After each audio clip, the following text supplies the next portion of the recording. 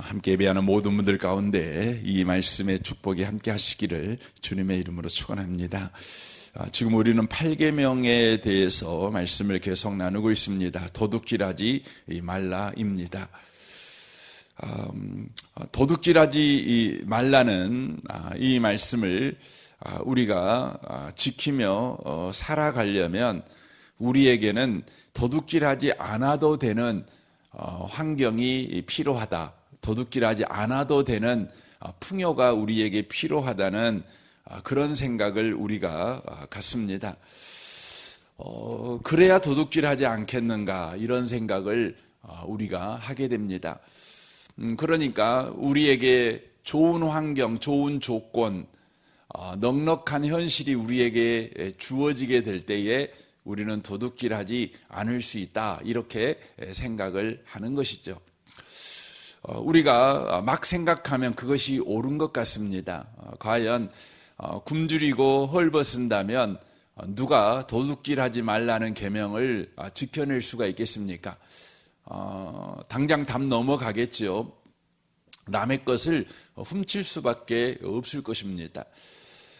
그러나 우리가 알게 되는 것은 여러분 아무리 넉넉하고 도둑질하지 않아도 되는 상황 가운데 놓여 있을지라도 사람들은 도둑질하고 있는 것을 보게 되어집니다.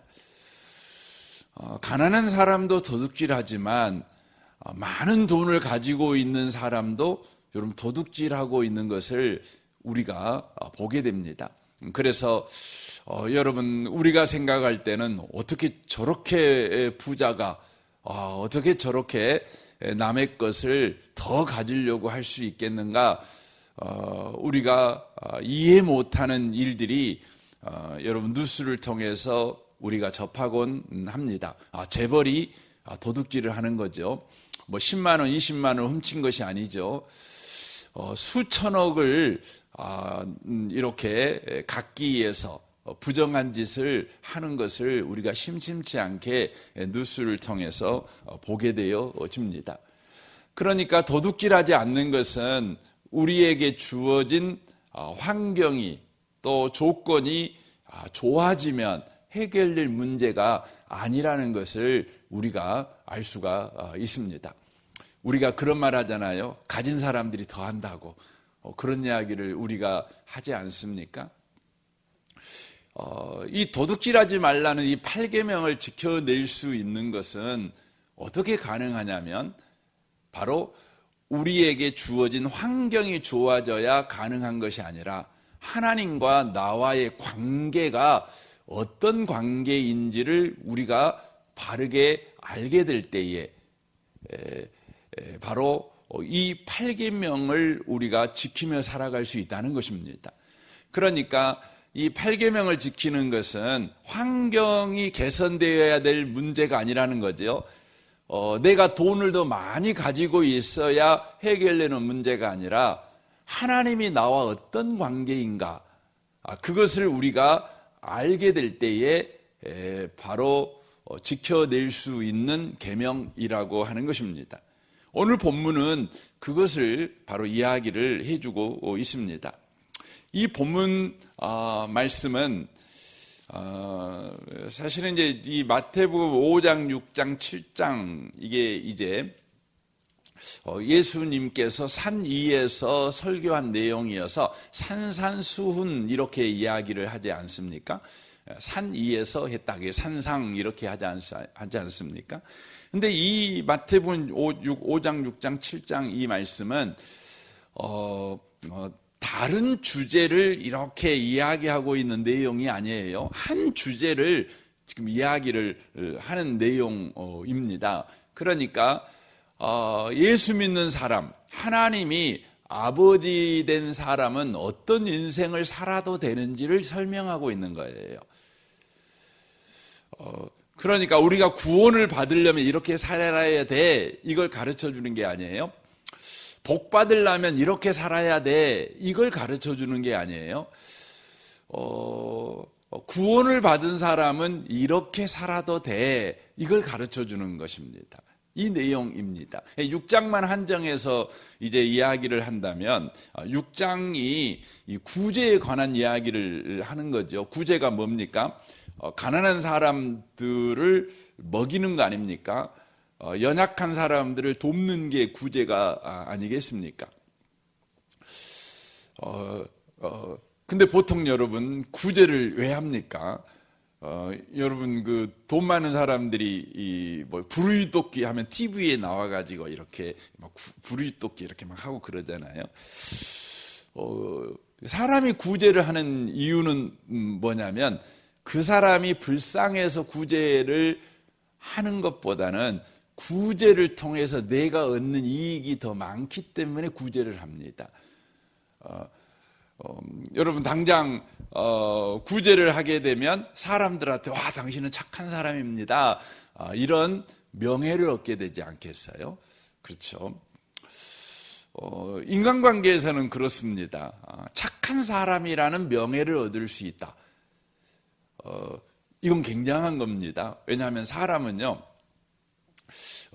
이렇게 그 돈을 벌고 싶고 권력을 얻고 싶겠지만 최종적으로 갖고 싶은 건 뭐냐면 여러분 명예를 갖고 싶은 겁니다. 사람은 그래요. 돈 없을 때는 돈을 갖고 싶겠지만 이제 돈이 생기면 뭘 갖고 싶냐면 권력을 갖고 싶어 해요. 그리고 돈과 권력을 가진 사람들은 반드시 뭘 갖고 싶어 하냐면 명예를 갖고 싶어 해요. 어떤 명예요? 당신은 착한 사람입니다. 당신은 선한 사람입니다. 당신은 우리가 본받고 싶은 사람입니다. 당신은 우리의 스승입니다. 당신은 우리의 영웅입니다.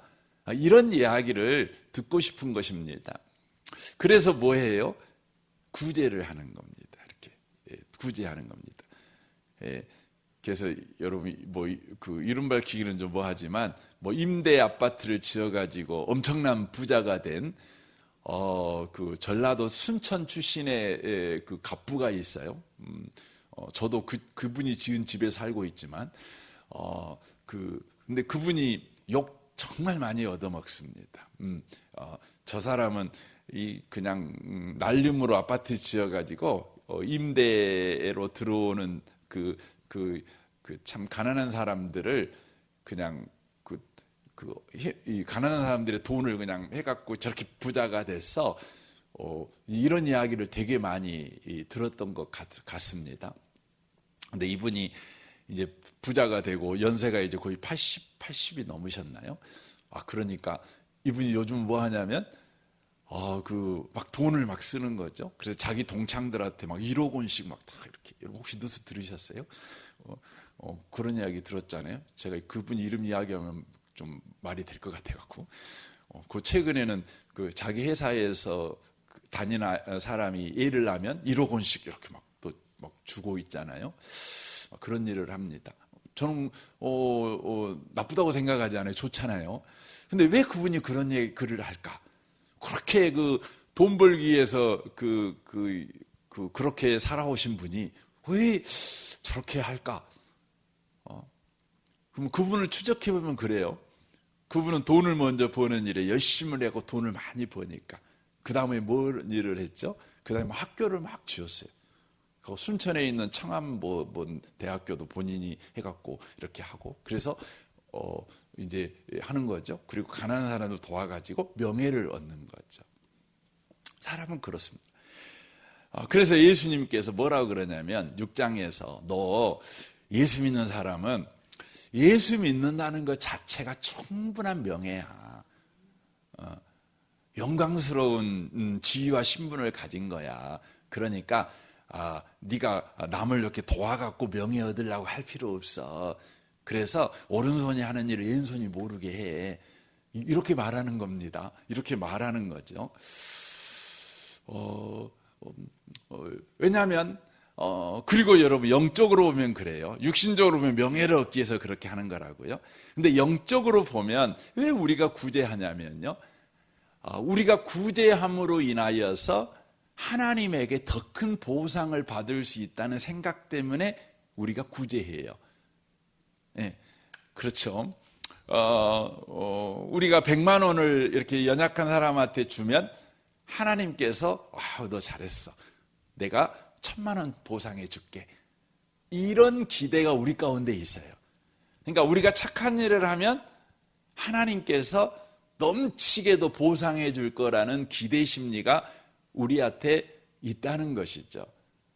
그래서 우리가 구제하는 거죠.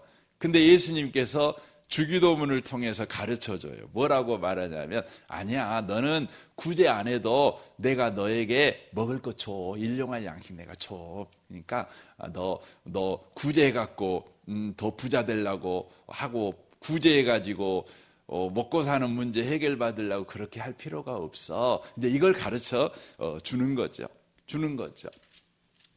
그 다음에 금식 문제가 나오는 거죠. 그러니까 여러분, 우리가 남에게 1,000,000원을 준다는 것은, 내 돈 1,000,000원을 준다는 것은 내 쓸 돈에서 준다는 거 아니겠어요? 그렇죠? 여러분, 금식이 뭐예요? 내가 먹을 밥을 안 먹는 거예요. 그렇죠? 이사야 58장에 나와 있는 같이 구제가 뭐예요? 하나님이 기뻐하는 구제는요, 내가 밥만 굶는 거 있잖아요. 내가 밥 굶는 그 밥을요, 밥 못 먹는 사람한테 나눠주는 것이 하나님이 기뻐하는 금식이라고 되어 있어요. 그러니까 우리는 금식을 이렇게 통해 갖고 내가 안 먹는 밥을 남에게 이렇게 나눠주는 거죠. 주님 보십시오. 저는 밥 굶어가면서까지 밥 굶는 사람들을 도와줬어요. 이렇게 하는 거죠. 주님이 말씀하셔요. 뭐라고 말하냐면, 너는 밥 굶어가면서 남을 섬기는 거 태를 안 내도 돼. 그래야 내가 너 알아주고 내가 너에게 더 많은 보상을 해준다고 생각할 필요가 없어. 이걸 이야기를 쭉 하는 것이에요. 그리고는 오늘 본문 이야기가 나오는 거죠. 뭐라고 나옵니까? 너는 구제를 통해서, 또 기도를 통해서, 금식을 통해서 남을 이렇게 도와줌으로 명예를 얻고, 또 하나님으로부터 더 많은 복을 받으려고 할 필요가 없는 사람이야. 왜냐하면 너는 내 자식이니까. 이야기를 하는 거예요. 그러니까 너는 남을 도울 때에 힘껏 도와도 돼. 남이 모르게 도와줘도 돼. 네가 금식할 때에 너는 밥 안 굶은 것 같이 얼굴에, 머리에 기름 바르고 얼굴에 그냥 화장 로션 바르고 그렇게 해도 돼. 내가 네 아버지야. 너는 이런 거 안 해도 내가 책임져 주는 아버지야. 너는 이런 거 안 해도 너는 명예로운 사람이야. 그런데 네가 이걸 한다니까 너 참 잘하는 거야. 그렇지만 그것 때문에 뭔가를 얻으려고 그렇게 할 필요가 없는 신분과 지위를 가지고 있는 사람이야. 무엇을 먹을까, 무엇을 마실까, 무엇을 입을까를 위해서 네가 금식하고 구제하고 기도를 쓸 필요가 없는 사람이야. 나는 너의 아버지야. 이렇게 지금 말씀하고 있는 것입니다. 그러니까 도둑질하지 말라고 하는 이 계명을 우리가 지킬 수 있는 것은, 예수 믿은 우리가 어떤 지위와 신분을 가졌는가, 예수를 믿었다는 것은 하나님과 우리가 어떤 관계가 되었다는 것인가를 여러분과 제가 알게 될 때에 우리는 도둑질하지 말라고 하는 말씀을 지킬 수 있어요. 내가 가난하든지 내가 부자든지 도둑질하지 말라는 계명을 지킬 수 있다는 거예요. 여러분, 가난하면 가난한 대로, 부자는 부자대로 도둑질하며 살아요. 그런데 예수를 믿은 우리가 하나님의 자녀라는 사실을 알고 하나님이 책임져 주시는 인생을 살고 있다는 걸 알게 될 때 우리는 가난하다고 해서 도둑질하지 않아요. 부자라고 해서 여러분 또 도둑질하지 않아요. 그렇다는 것이죠. 저는 이 아침에 오신 복 있는 분들이요, 신앙생활을 계속해서 해가면서 여러분과 저의 삶에 하나님이 나의 아버지라는 것을 더욱 배워가는, 더욱 알아가고 더욱 경험해가는 그런 인생을 꼭 살아가셨으면 좋겠습니다. 그게 예수 믿는 사람의 기쁨이죠. 그게 신앙생활입니다. 신앙생활을 우리가 해갈 때 10년을 신앙생활하고 20년을 신앙생활하고 나서 이제 물어보는 거죠. 당신의 신앙생활은 어떠했어요? 이렇게 물어보면 이제 우리는 보통 어떤 걸 간증을 하냐면 저는 신앙생활하면서 이렇게 헌신했고 이렇게 수고했습니다. 저를 통해 많은 사람이 전도되었고 저를 통해서 예배당도 지어지고 또 이 교회가 이만큼 든든하게 사는 일에 제가 많이 기도하고 헌신했습니다. 이렇게 대놓고는 말하진 않는데 말하는 뉘앙스를 가만히 들어보면 그런 이야기입니다. 우리는 그런 이야기를 사실은 하며 삽니다. 그러니까 결국은 뭔 이야기입니까? 저의 신앙생활은 참 수고로웠습니다. 그런 이야기입니다. 수고스러웠다는 것이죠. 그렇죠. 근데 여러분, 우리가 신앙생활이 어떠했냐고 누군가로부터 질문을 받는다면, 우리는 그렇게 이야기를 한다면 참되게 신앙생활한 거죠. 예, 저는 신앙생활을 이렇게 해오면서 더 주님을 알게 되었습니다. 주님이 내 아버지라는 걸 더 깊이 알게 되었습니다. 저는 처음에 신앙생활 할 때에 제가 열심히만 하면 되는 게 신앙생활인 줄 알았는데, 제가 참기만 하면 신앙생활인 줄 알았는데, 제가 잘 살면 신앙생활인 줄 알았는데, 제가 신앙생활 해보면 볼수록 하나님이 내 아버지라는 거, 그리고 그분께서 내 인생의 모든 것을 바로 해주시고 계시는 내 인도자이시고 나의 보호자시고 나의 공급자이시고 나의 바로 아버지라는 것을 제가 더 잘 알게 되었습니다.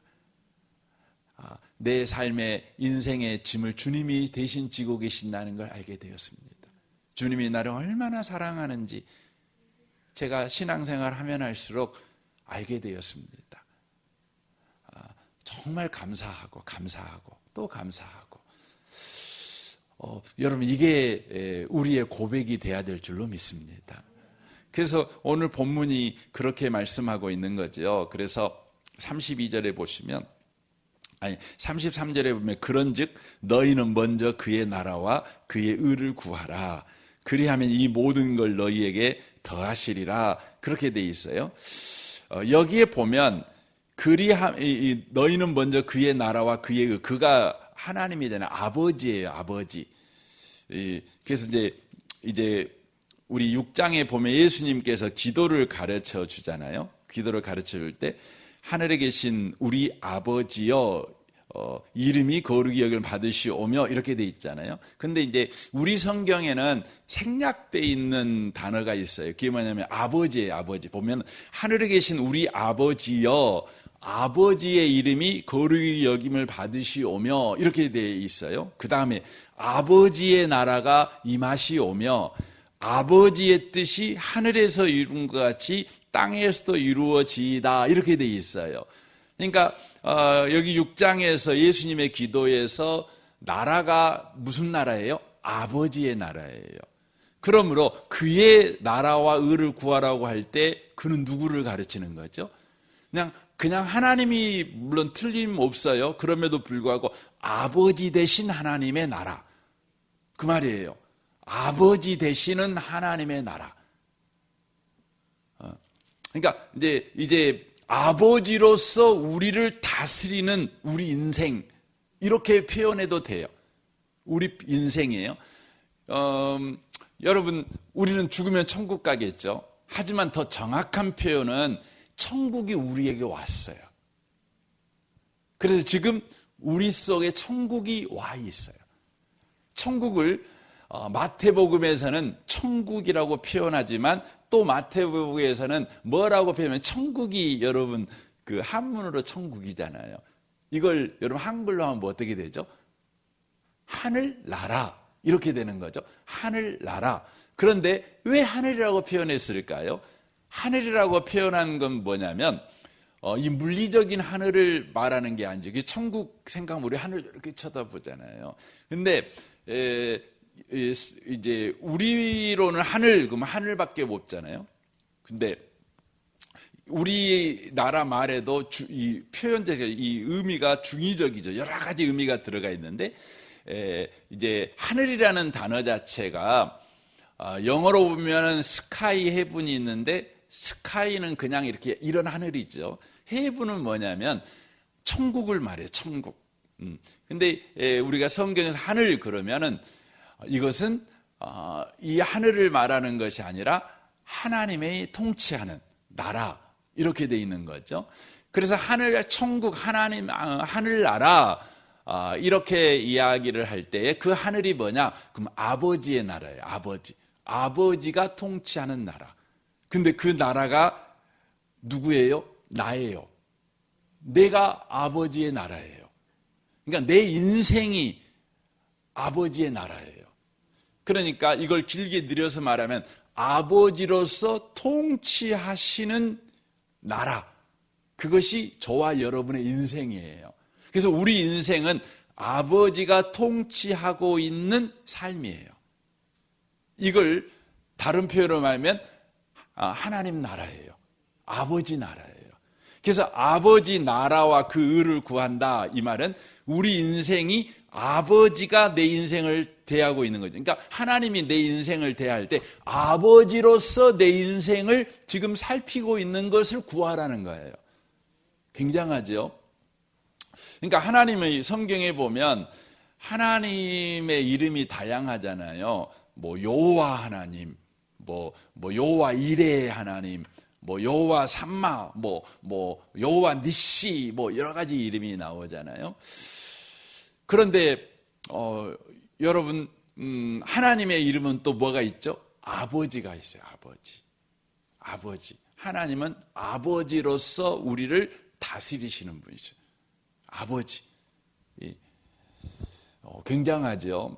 그러니까 저와 여러분이 8계명, 도둑질하지 말라는 이 계명을 지켜낼 수 있는 것은 우리의 환경이 바뀌고 우리 통장의 숫자가 바뀌어서 되어지는 일이 아니라 하나님이 내 아버지로서 내 인생을 지금 통치하고 있다.